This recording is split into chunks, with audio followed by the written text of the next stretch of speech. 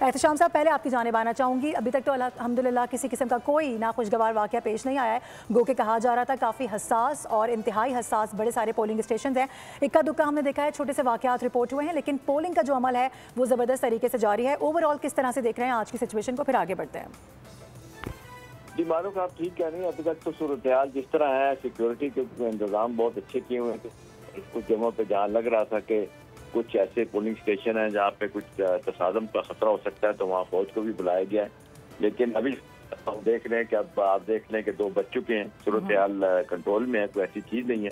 Election commission भी पहली दफ़ा लग रहा है कि बड़े वाइब्रेंट तरीके से काम कर रहा है। जिन्होंने कुछ खिलाफ वर्जियाँ की हैं, ज़ाब्ते की, उसको आपने देखा, उनको सजाएं भी दी हैं, उन्होंने जुर्माने भी उनको दिए हैं ज़ाब्ता अखलाकी जहाँ खिलाफ वर्जी है। लेकिन जनरली देख रहे हैं कि मामला आहिस्ता आहिस्ता चल रहा है। लेकिन अभी हम देख रहे हैं कि टर्न आउट इतना तेजी करेंगे, बड़ा आमतौर पर हम देख रहे हैं आखिरी 2-3 घंटों में लोग आना शुरू कर देते हैं। लेकिन दूसरी बात है, देखें मारूफ, के जो ज़िमनी इंतखाबात होते हैं आमतौर पर इनको इस तरह लोग देखते हैं कि ये, हमने हमेशा यही देखा है कि गवर्नमेंट अपने देश को वही जीत रही होती है। बड़ा कम होता है कि कोई, हमने देखा है कि जी वो गवर्नमेंट जो है ना, वो जो बरसदार हो वो हार जाए। पीटीआई के ज़माने में अलबत्ता जरूर हुआ था। आपको याद होगा उनके ज़माने में 18 इलेक्शन हुए थे, पीटीआई हुकूमत में थी, और 17 इलेक्शन हार चुके थे वो। शायद वो मेरा ख्याल है कारकर्दगी बहुत बुरी थी उनकी। लेकिन जनरली अब देख रहे हैं कि ये जो ज़्यादातर तो आप देख रहे हैं कि जो सूरत हाल है, आज़ाद कैंडिडेट हैं, पीटीआई के बंदे भी खड़े हैं लेकिन आज़ाद हैं, क्योंकि उनको इस तरीके का उनका, आपको पता है, सूरत हाल उनकी हो चुकी है। तो अब इसमें हम यही देख रहे हैं कि एक जगह है जहाँ पे हम बाकी तो इत्तेहादी पीपल्स पार्टी पे मैंने इकट्ठे हैं। डेरा गाजी खां में एक जगह है मारूफ, जहाँ पे हमने देखा पीपल्स पार्टी और नून लीग का उम्मीदवार जो है ना मुकाबला कर रहे हैं।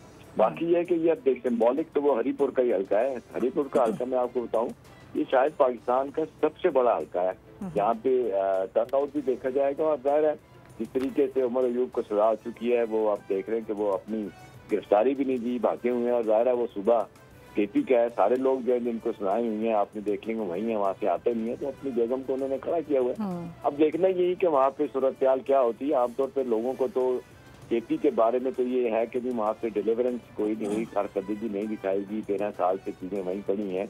और आपने देखने इकोनॉमिक कंडीशन जिस तरह खराब है, कोई आपने देखा कि डेवलपमेंट बजट नहीं शुरू हो सका, कोई यूनिवर्सिटी नहीं बन पाई, न कोई मेडिकल कॉलेज बन पाया। इसी तरीके से लोग यही कह रहे हैं कि वहाँ अब देखना यही कि लोग उसको किस तरह देखते हैं। ठीक है, वोट बैंक उनका है, पीटीआई को लोग सपोर्टर भी हैं, लेकिन हमने देखा कि वहाँ पे मुखालफिन भी बड़े तकड़े हैं, वहाँ पे भी धड़ाबंदी ज्यादा है, पुराने लोग हैं, और जिस तरीके से इलेक्शन लड़ रहे होते, तो देखना है कि क्या होगा। लेकिन जनरली यही कहा जा रहा है कि ये बैरोमीटर होता है आमतौर पर ज़मीनी इंतखाबात के, किसने जीते हैं किसने नहीं जीते।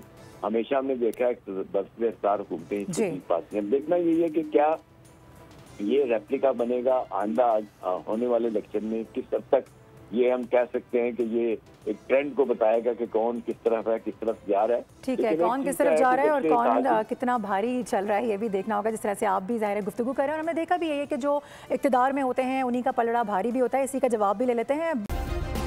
सब्सक्राइब करें और बेल दबाएं ताकि कोई खबर रह न जाए।